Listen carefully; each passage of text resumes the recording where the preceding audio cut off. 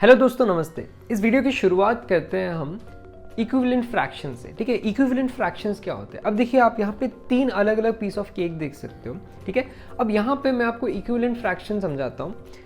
पहला आप पिक्चर देखिए, यहाँ पे क्या करा गया है, यहाँ पे इसने 2 पार्ट में डिवाइड करा है। ठीक है, एक पार्ट को शेड करा है, दूसरे पार्ट को शेड नहीं करा है। ठीक है, दूसरा पिक्चर देखिए, इस पे क्या करा है, 4 पार्ट में डिवाइड करा है, 2 पार्ट्स को शेड करा है और बाकी 2 को नहीं करा है। तीसरा एग्जांपल, जो तीसरा पिक्चर है, उसमें 6 पार्ट में डिवाइड करा है और 3 पार्ट को शेड करा है। ठीक है, लेकिन क्या आप देख सकते हो कि इसका शेप और साइज जो है वो इक्वल है। शेडेड पार्ट का जो शेप है, शेडेड पार्ट का जो साइज है, वो भी इक्वल है, राइट। तो यहाँ पे इन्होंने बस यही चीज़ करी है कि एक को 2 में डिवाइड करा है, तो जो दोनों के शेयर्स होंगे, जो दोनों पीसेस होंगे, बड़े बड़े होंगे। ठीक है, जो दूसरा है उसको 4 पीसेस में डिवाइड करा है, तो पीसेस थोड़े छोटे छोटे होंगे, लेकिन आपका प्रोपोर्शन सेम रहेगा। तीसरे में भी क्या करा है, 6 में डिवाइड करा है, तो पीसेस और छोटे हो जाएंगे, लेकिन अगेन प्रोपोर्शन आपका सेम ही है। ठीक है, तो ये फर्स्ट वाला है 1/2, सेकंड वाला है 2/4, यानी कि 4 में से 2 पार्ट शेडेड है, एंड तीसरा वाला जो है वो है 3/6, यानी 6 में से 3 पार्ट शेडेड है। लेकिन ये तीनों क्या है, इक्विवेलेंट है, यानी कि उनका जो एरिया है वो क्या है, सेम है। तो इन फ्रैक्शंस को हम क्या कहते हैं, इक्विवेलेंट फ्रैक्शन कहते हैं। अब इक्विवेलेंट फ्रैक्शन जो है ये रिप्रेजेंट करता है same part of the whole को। ठीक है, यानी कि एक होल है, उसमें जो है सेम पार्ट को रिप्रेजेंट करता है। किस तरीके से, 1/2 है इक्वल्स टू 2/4 इक्वल्स टू 3/6, तो ये सारे क्या है, इक्वल है। ठीक है, now if 2 fractions are equivalent then the equation would be, अगर 2 फ्रैक्शन इक्विवेलेंट है तो उनका इक्वेशन कैसा होगा, उनका इक्वेशन ऐसा होगा कि numerator of the first into denominator of the second will be equal to denominator of the first into numerator of the second. तो इसका मतलब मैं आपको एग्जांपल से समझाता हूँ, a/b इक्वल्स टू c/d है। ठीक है, ये आपका 2 इक्विवेलेंट फ्रैक्शंस है। तो इसको हम किस तरीके से लिखते हैं, इसका इक्वेशन कैसे बनेगा, इसका इक्वेशन बनेगा ad इक्वल्स टू bc। ठीक है, तो इस तरीके से इसका इक्वेशन बनेगा। नंबर्स से अगर मैं समझाऊँ तो 3/6 इक्वल टू 4/8 अगर है, तो ये हो जाएगा 3 × 8 equals to 4 × 6 equals to 24 equals to 24। ठीक है, तो यहाँ पे क्या हो रहा है, यहाँ पे दोनों राइट हैंड साइड और लेफ्ट हैंड साइड इक्वल है। अब यहाँ पे क्वेश्चन में बोला है कि 2/3 के इक्विवेलेंट फ्रैक्शंस निकालने हैं। ठीक है, तो आप क्या करोगे, 2/3 इंटू 2/2, ठीक है, फिर 2/3 इंटू 3/3, फिर 2/3 इंटू 4/4, ऐसे करके कंसेक्यूटिवली आपको ऐसे नंबर्स देखने जिसमें न्यूमरेटर और डिनोमिनेटर दोनों इक्वल है। ठीक है, उससे आपको मल्टीप्लाई कर देना है। तो आप कंसेक्यूटिवली मल्टीप्लाई करते रहोगे तो इसके इक्विवेलेंट फ्रैक्शंस निकलते रहेंगे।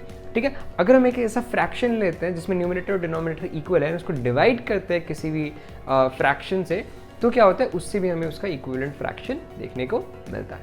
For example 2/4 divided by 2/2, 1/2, 3/6 divide by 2/2, 1/2, 4/8 divide by 2/2 equals to 1/2। तो ये क्या है, इसके इक्विवेलेंट फ्रैक्शंस। अब यहाँ पे क्वेश्चन में बोला है 3/4 और 4/9 के इक्विवेलेंट फ्रैक्शंस निकालने हैं। ठीक है, तो आप क्या करोगे, देखिए यहाँ पे क्या है, 3/4 है। ठीक है, 3/4 into 2/2, 3/4 into 3/3, 3/4 into 4/4, 3/4 into 5/5, 3/4 into 6/6, ऐसे 5 बारी आप मल्टीप्लाई करोगे तो इसके क्या इक्विवेलेंट फ्रैक्शंस निकलेंगे। क्या क्या है इसके equivalent fractions, 3/4 equals to 6/8 equals to 9/12 equals to 12/16 equals to 15/20 equals to 18/24। Similarly 4/9 है, तो इसको भी हम ऐसे ही करेंगे कंसेक्यूटिवली 5 बारी, एक बार आप 2/2 से, फिर 3/3 से, फिर 4/4 से, फिर 5/5 से, फिर 6/6 से मल्टीप्लाई करोगे तो इसके इक्विवेलेंट फ्रैक्शंस निकलेंगे, जो है 4/9, 8/18, 12/27, 16/36, 20/45 एंड 24/54। अब यहाँ पे क्वेश्चन दिया गया है कि 16/24 एक नंबर है, इसके आपको इक्विवेलेंट फ्रैक्शन निकालना है जिसमें 3 एज अ डिनोमिनेटर हो। ठीक है, तो आप बेसिकली क्या करोगे, इसको आप सिंपलेस्ट फॉर्म में लिख दो। सिंपलेस्ट फॉर्म में लिखने के लिए 16/24 को डिवाइड करोगे 8/8 से, इक्वल्स टू कितना हो जाएगा, 2/3। ठीक है, तो इसका सिंपलेस्ट फॉर्म है, 3 हमारा डिनोमिनेटर है। बट सिंपलेस्ट फॉर्म में हम एक फ्रैक्शन को कैसे ले जाते हैं, ये मैं अभी आपको समझाता हूँ। पहले समझिए सिंपलेस्ट फॉर्म होता क्या है। A fraction is said to be in the simplest form if the numerator and the denominator has no common factor other than 1। अगर 1 के सिवाय और कोई कॉमन फैक्टर नहीं है न्यूमरेटर और डिनोमिनेटर में, दैट मीन्स वो उसके सिंपलेस्ट फॉर्म में है, ठीक है। तो सबसे आसान तरीका, सबसे पहले आपको क्या करना है, हाईएस्ट कॉमन फैक्टर निकालना है उन दोनों नंबर्स के, एंड उन जो हाईएस्ट कॉमन फैक्टर है उसको आपको न्यूमरेटर और डिनोमिनेटर से डिवाइड कर देना है, ठीक है। तो फॉर एग्जांपल 64/80 है, ठीक है। इसको अगर हमें सिंपलेस्ट फॉर्म में ले जाना है, इसका हम HCF निकालेंगे। हमने इन दोनों नंबर्स का HCF निकाला, हमारे पास आया 16। अब 16 को हम क्या करेंगे, 64/80 को डिवाइड करेंगे 16/16 से, हमारे पास आ जाएगा 4/5 जो है इसका सिंपलेस्ट फॉर्म।